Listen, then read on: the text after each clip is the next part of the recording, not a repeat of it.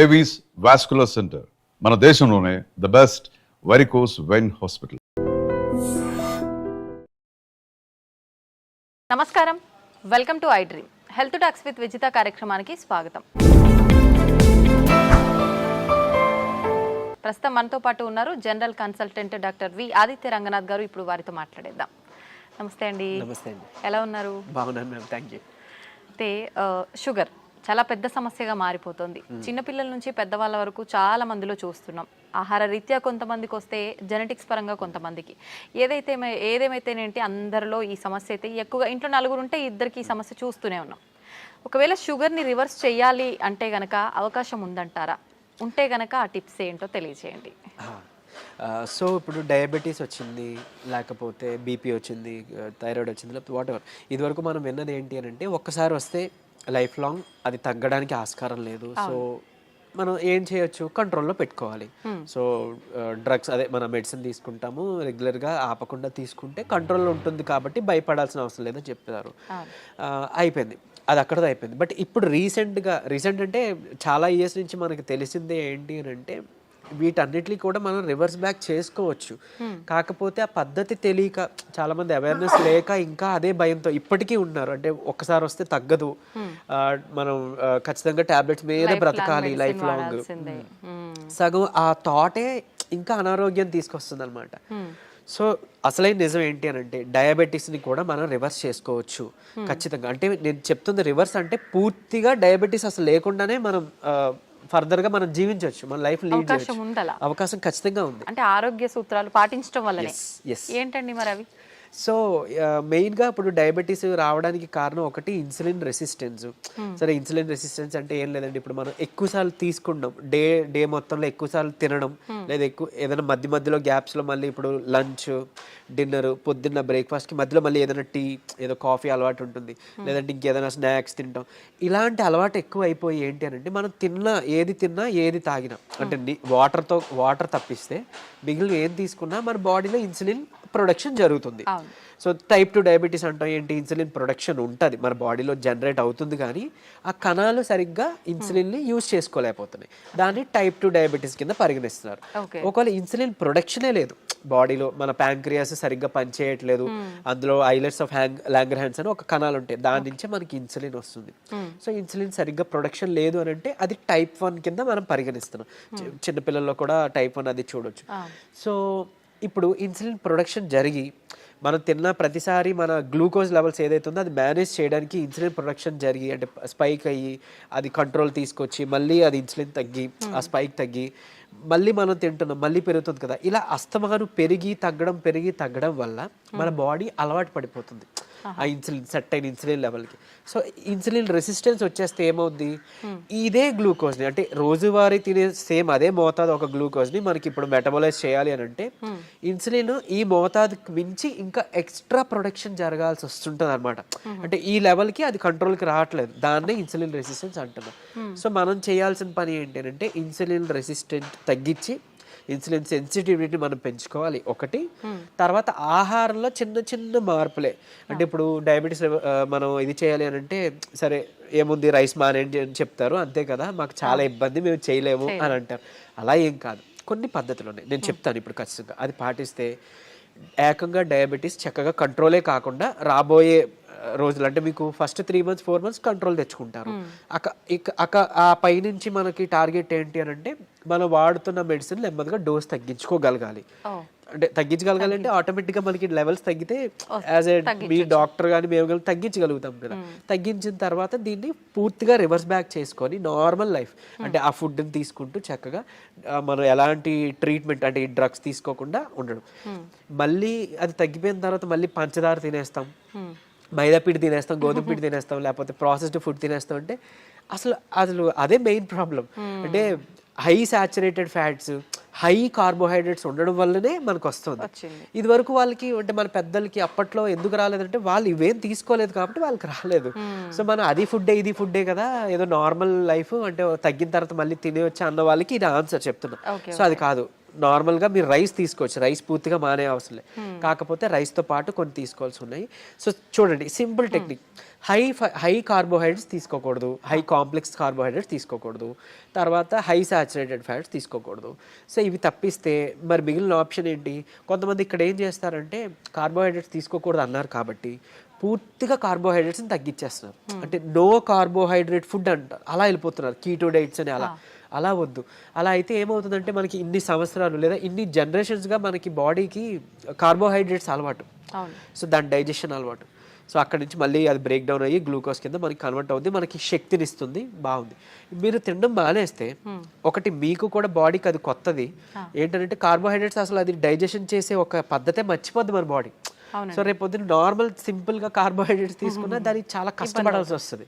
And even ఒకవేళ జెనెటికల్గా next generations pass అయిన అయింది అనుకోండి, అది ఇంకా ఇబ్బందిగా, అంటే నార్మల్ అన్నమే మనం అరాయించుకోలేకపోవచ్చు, లేకపోతే నార్మల్ సమోసానే ఎంజాయ్ చేయలేకపోవచ్చు మనం. సో అట్లా. సో సరే ఓకే, హై కార్బ్స్ అంటే తెలుసు, ఈ రైస్ నార్మల్గా అవి తీసుకునేవి, ఈ రైసు తర్వాత ఈ మైదా గోధుమ పిండి ఇవన్నీ తినమని చెప్తుంటారు, అంటే రైస్ని తగ్గించి మైదా గోధుమ పిండి తినమని అంటారు కదా. సో అది కూడా రిఫైన్డ్ తీసుకుంటే, పంచదార లేకపోతే గోధుమ పిండి ఇవన్నీ రిఫైన్డ్ ఫ్లోర్ బయట కొని తెచ్చుకుంటే అది కూడా మళ్ళీ మనకు ప్రాబ్లమే. సో మనం మిల్లులో వెళ్ళి ఆడించుకుందాం, అంటే డైరెక్ట్గా వెళ్ళి మనం గోధుమలు అలాగా గోధుమలు, దానికి జొన్నలు యాడ్ చేయొచ్చు, రాగులు యాడ్ చేయొచ్చు, సోళ్ళు అంటాం కదా, సో అలా రాగి మాల్ట్లో తీసుకునే రాగులు అవన్నీ యాడ్ చేసి దాంతో మనం రొట్టిలానో లేకపోతే మిల్లెట్స్ ఏమైనా దానికి యాడ్ చేసి, కినోవా అని ఇప్పుడు వస్తుంది, సరే అంత అఫోర్డ్ చేయలేదు అన్న వాళ్ళకి పోనీ మనకి ఏమంటారు సామెలు, అరికిలు, గంటలు అలాంటివన్నీ తక్కువ రేట్కే వస్తుంటాయి కదా, అలాంటివి ఇంక్లూడ్ చేసుకోవచ్చు. పూర్తిగా రైస్ మానేమని నేను చెప్పట్లేదు, రైస్తో పాటు ఇది తీసుకోండి. సరే ఇదంతా కాదులేండి, ఓన్లీ రైస్ నాకు కర్రీ మాత్రమే అలవాటు ఉంది, పోనీ ఇంకేదైనా సింపుల్గా చెప్పండి అని అంటే ఉంది ఒక పద్ధతి. మనకి ఇప్పుడు ఇన్సులిన్ రెసిస్టెన్స్ అని మాట్లాడుకున్నామే, HbA1c మీ అందరికీ తెలుసు, 3 నెలల యావరేజ్ తీస్తే మనకి ఎంత ఉంది అనే దాని మీద మన డయాబెటీస్ ఉందా లేదా, కంట్రోల్లో ఉందా లేదా అని తెలుస్తుంది.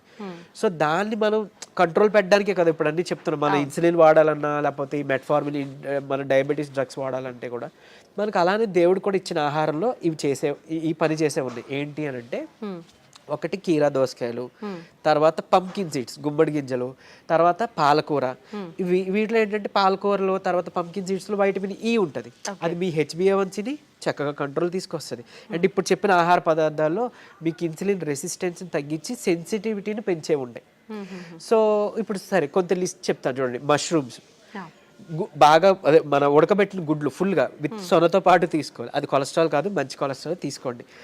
సో తర్వాత నెయ్యి, తర్వాత మన కీరా దోసకాయలు, తర్వాత ఓట్స్, గ్రీన్ పీస్ అదే మన పచ్చి బఠానీలు, తర్వాత రాజ్మా, కిడ్నీ బీన్స్ అంటాం రాజ్మా, అలానే మిగిలిన బీన్స్ కూడా చక్కగా మిగిలిన రకాల బీన్స్, చిక్కుళ్ళు బీన్స్ ఇట్లాంటివన్నీ తీసుకుంటే కనుక ఇవన్నీ కూడా మీ ఇన్సులిన్ రెసిస్టెన్స్ని తగ్గించినవే. సో మీ ఇష్టం, గుడ్లు పోనీ ఆమ్లెట్ రూపంలో తీసుకోండి, నిద్రకి పనికి వస్తుంది ఆమ్లెట్, ప్లస్ దీనికి కూడా హెల్ప్ అవుతుంది.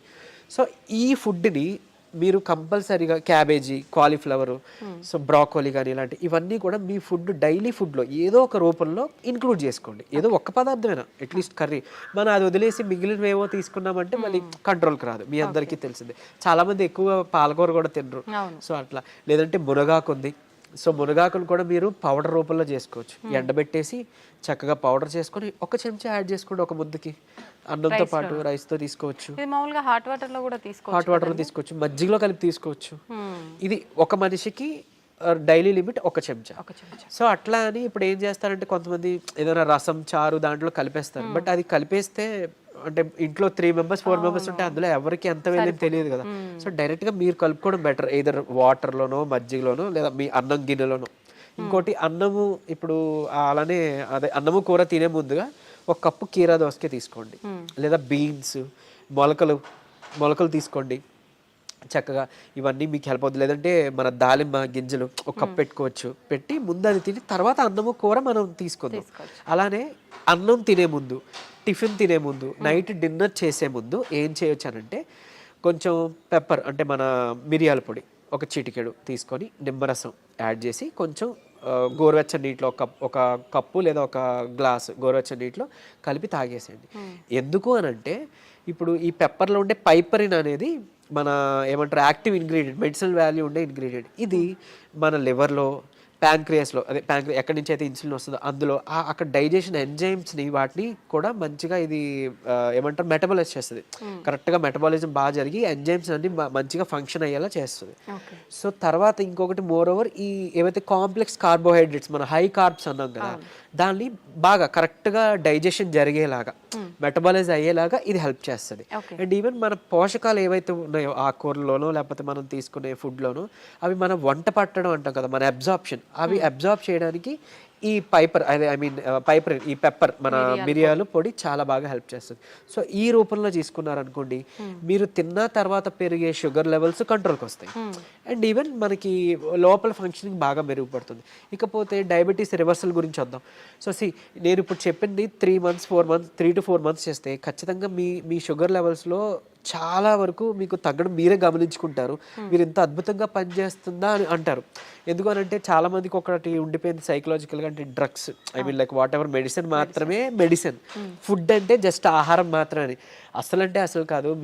మీకు గుర్తుండుంటే ఎప్పుడైనా మీ నాన్నమ్మలు అమ్మమ్మలు మీకు ఎప్పుడైనా పొట్టనొప్పి వచ్చింది అని అంటే ఏదైనా వాము కొంచెం సాల్ట్ కలిపిస్తే వెంటనే తగ్గడం మనం గమనించి ఉంటాం. లేదంటే మెంతులు మింగేసి తాగేయండి వాటర్ అంటాం. అవన్నీ ఎందుకు పనిచేస్తున్నాయి? ఇప్పుడు యాంటాసిడ్స్ ఏవో వెళ్ళి పరగడుపుల మాత్రలు మనం పైకి వెళ్ళి తెచ్చుకొని వేసుకుంటున్నాం.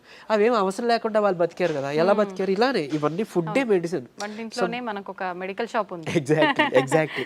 మనకి ఏదైనా అనారోగ్యం వస్తుంటే మెడికల్ షాప్ కి మనం బయటకు వెళ్ళొద్దు, మన కిచెన్ లోకి వెళ్ళాలన్నమాట. యాక్చువల్గా పోపుల డబ్బాలే మనకి డ్రగ్ ఇది అన్నట్లు, స్టోర్ అన్నట్టు. సో ఖచ్చితంగా ఇది వర్క్ అవుతుంది. అండ్ మోర్ ఓవర్ అంటే ఇప్పుడు మన బెర్రీస్ నుంచి ప్లాంట్స్ నుంచి ఎక్స్ట్రాక్ట్ చేసిన బెర్బరిన్ అనేది ఒక సప్లిమెంట్ ఉంటుంది ఆబ్వియస్లీ.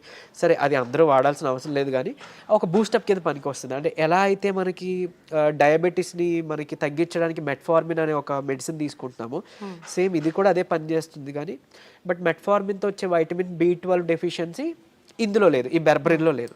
సరే ఓకే, అవైలబుల్ ఉన్న వాళ్ళు వాడుకుంటారు, అందరూ ఇది వాడాలని రూల్ లేదు. కానీ బట్ ఈ సింపుల్ టిప్స్ పాటించండి, ఇది ఒకటి. తర్వాత ఖచ్చితంగా ఒక 5 minutes వాకింగ్ ఉంటే చాలు. 5 minutes వాకింగ్ అంటే తిన్న తర్వాత ఒక 10 నిమిషాలు అలా 5 minutes వాకింగ్ చేస్తే చాలు. మీ ఆఫీస్ ఏరియా, మీ బెడ్రూమ్, మీ హాల్ ఎక్కడైనా ఆయాసం రావాలి, చెమటలు పట్టాలి, ఇట్లానే వాకింగ్ చేస్తేనే మనకి వర్కౌట్ అయినట్టు అని అస్సలు కాదు. బాడీ మూమెంట్ ఉండాలి. సో అది చేసుకుంటే చాలు, డయాబెటీస్ మనకి తగ్గుతుంది. రివర్స్కి చెప్పుకున్న ఇందాక ఇంగ్రీడియంట్స్ ఉన్నాయి కదా, పంకిన్ సీడ్స్ అవ్వచ్చు, మన HbA1c కంట్రోల్ చేసి ఇన్సులిన్ సెన్సిటివిటీ పెంచేవి, ఇవి మీరు చేసుకుంటే 3 to 4 months ఖచ్చితంగా రివర్స్ అయిపోతుంది. ఇప్పుడు చాలా మంది మనం చూస్తూ ఉంటామండి, జామకాయ ఆకులు, లేత చిగుర్లు అని చెప్పి, లేదు అంటే తిప్పతీగ అని చెప్పి, ఇలాంటి కొన్ని ఆకులతో వేణిల్లో వేసి మరిగించిన వాటర్ తాగుతుంటారు షుగర్ ఉన్న వాళ్ళు. ఇది వర్క్ అవుతుంది అంటారా? యాక్చువల్గా ఇప్పుడు జామాకులు ఉన్నాయి కదా, లేత తీసుకొని ఒక 4 ఆకులు మనం వేడి నీటిలో వేసి మరిగించి కషాయంలా తీసుకొని ఉదయం సాయంత్రం లేదా ఒక పూట అట్లీస్ట్ పరగడుపునైనా కానీ తాగితే కనుక అమోఘంగా ఆ రోజే పెరిగిన షుగర్ లెవెల్స్ తగ్గిపోయాయి. సో నేను ప్రీవియస్ వీడియోలో జామాకులు కషాయం గురించి చెప్పినప్పుడు చాలా మంది ఫోన్ చేసి అంటే ట్రై చేసి చక్కగా ఫస్ట్ నమ్మారు, ట్రై చేశారు. చేసి ఒక 2 daysలో వాళ్ళు ఫోన్ చేసి సార్ అంటే మాకు 1 day 2 dayలోనే ఇంత బాగా పనిచేస్తుంది, కంటిన్యూ చేయొచ్చు అంటారా, ఎక్కువ కాలం అన్నారు. బేసిక్గా చేయొచ్చండి, చేసుకోండి అని చెప్పారు. సో ఈవెన్ అది వాళ్ళకి ఏంటంటే డయాబెటీస్ ఎక్కువ, షుగర్ లెవెల్స్ ఎక్కువ ఉండడం వల్ల కొంతమందికి నిస్సత్తువ నీరసంగా ఉంటుంది కదా, దాన్ని కూడా ఇది మనకి జామాకులు బాగా హెల్ప్ అవుతుంది.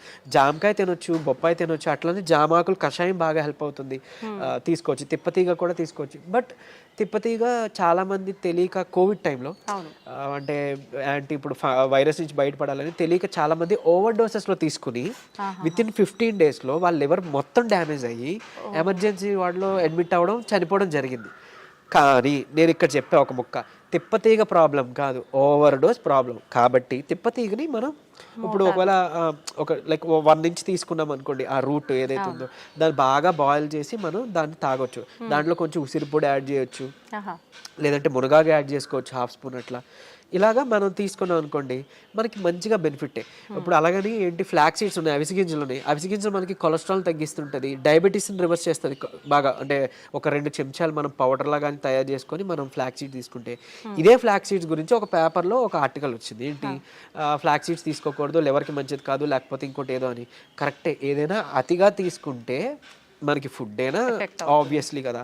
సో అంతే, అది పట్టుకొని ఉండొద్దు. అరే ఇప్పుడు తిప్పతీగ ఏదో ప్రాబ్లం, సరే తిప్పతీగ పక్కన పెడితే అట్లీస్ట్ ఫ్లాక్ సీడ్స్, ఉసిరికాయ ఫ్లాక్ సీడ్స్, లేకపోతే మన ఏమన్నాం మన పెప్పర్, సో ఇట్లాంటివి ఉన్నాయి కదా, వీటి వల్ల ఏం చేయటం జరగదు. డ్యామ్ షూర్ మంచిదే. సో లిమిట్లో తీసుకోండి.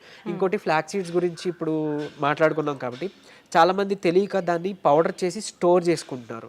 వద్దు, అది ఏంటి అంటే ఆక్సిజన్ కి సెన్సిటివ్ అనమాట, ఎయిర్ సెన్సిటివ్ యాక్చువల్గా. దీన్ని మనం ఎంత ఎయిర్ టైట్ దీంట్లో స్టోర్ చేసుకున్నా, ఎంత అమోఘంగా పనిచేస్తుందో ఇది అంత చేడ్ చేస్తుంది స్టోర్ చేస్తే. ఆక్సిడైజ్డ్ అయిపోతే మనం ఎంత ఇది చేసినా అది అయిపోతుంది. సో ఫ్రెష్గా తయారు చేసుకోండి. ఒక 2 చెంచాలు చిన్న మిక్సీ గిన్నెలో మాత్రం అవుతుంది, పెద్ద మిక్సీ గిన్నెలో అవ్వదు. సో చేసుకొని మీరు బటర్ మిల్క్లో మిక్స్ చేసుకోవచ్చు. కొలెస్ట్రాల్ తగ్గుతుంది, డయాబెటీస్ రివర్సల్కి హెల్ప్ అవుతుంది. అండ్ ఈవెన్ మనకి బయట బనానా ఫ్లోర్ అని దొరుకుతుంది, అరటి దీని నుంచి తీసిన పిండి. సో అది ఆన్లైన్లో వాటిలో అవైలబుల్, దాన్ని తెచ్చుకోండి. ఒక చెంచా చక్కగా బటర్ మిల్క్ దీంట్లో మిక్స్ చేసుకోండి. ఈ ఫ్లాక్ సీడ్స్ని మిక్సీలో పౌడర్ చేసుకోండి, పరగడుపునే తాగండి. మీకు డయాబెటీస్ని కంట్రోల్ రివర్స్ చేయడానికి హెల్ప్ అవుతుంది. ఎందుకు అంటే రెసిస్టెన్స్ స్టార్చ్ అదన్నీ ఉంటేనే మనకి యూజువలీ చాలా ఇదనమాట. సో డయాబెటీస్ రివర్స్ చేయడంలో ఈ అరటి ఫ్లోర్ ఏదైతే ఉందో అమోఘంగా పనిచేస్తుంది. ఒక్క చెంచా చాలు, మీరు తినే దాంట్లో ఎందులో కలుపుకోవచ్చు. ఈవెన్ ఏమంటారు, మీరు తినే ఏదైనా అట్టు రొట్టెలో వేసుకోండి, లేదంటే ఇలా బటర్ మిల్క్లో మిక్స్ చేసుకోండి. ఇది ఖచ్చితంగా మీ డయాబెటీస్ రివర్సల్కి హెల్ప్ అవుతుంది. సో ఎందుకు, ఇన్సులిన్ రెసిస్టెన్స్ మనకి మెయిన్గా రివర్స్ అవుతుంది కదా, అంతే. ఇదే సీక్రెట్ ఫార్ములా, ఇది నమ్మి చేయండి. నిజంగా చెప్తున్నా, మీరు ఇయర్స్ డ్రగ్స్ అది వాడాల్సిన అవసరం లేదు. అండ్ ప్రీవియస్గా ఒక వీడియోలో నేను చెప్పాను, లైక్ పరగడుపున ఒక చెంచా కలబంద గుజ్జు తీసుకోండి అని. అది నేను ఎక్కడో మెడికల్ క్యాంప్కి వెళ్ళినప్పుడు ఒక ఆవిడ నా వీడియో చూశారంట, ఆవిడ కంట్రోల్ అయింది. సో మీరు ఇదివరకు వాడేవారు కదండి ట్యాబ్లెట్, ఈ నెల చాలా వరకు తగ్గింది. ఏం చేశారంటే, మీ వీడియో చూసాను సార్, యాక్చువల్గా కలబంద గుజ్జు చెప్పారు, పరగడుపును తీసుకోవడం మొదలు పెట్టాను, నాకు ట్యాబ్లెట్ తగ్గిపోయింది, సగానికి సగం డోస్ తగ్గిపోయింది. And with in next 2nd or 3rd monthలో ఆవిడకి పూర్తిగా నేను ఆపేశాను, ట్యాబ్లెట్ తీసుకోవాల్సిన అవసరం లేదు, ఆవిడకి డౌన్ అయిపోతుంది. సో అంత బాగా పనిచేస్తాయి మనకి దేవుడు ఇచ్చిన ఇవన్నీ మెడిసిన్సే. సో ఇందులో చెప్పింది ఏదైనా వాడుకోండి. మీకు ఏం పని చేసిందో కమెంట్లో చెప్పండి. సో మిగిలిన వాళ్ళకి ఇన్స్పైరింగ్గా ఉంటుంది. అండ్ ఏది పని చేయలేదో లైక్ నాకు తెలిసినప్పుడు నేను సజెస్ట్ చేయగలుగుతాను మీకు ఆల్టర్నేట్గా. ఓకే, థ్యాంక్ యూ అండి. నిజంగా చాలా యూస్ఫుల్ టిప్స్ అనేది తెలియజేయడం జరిగింది. నమస్తే.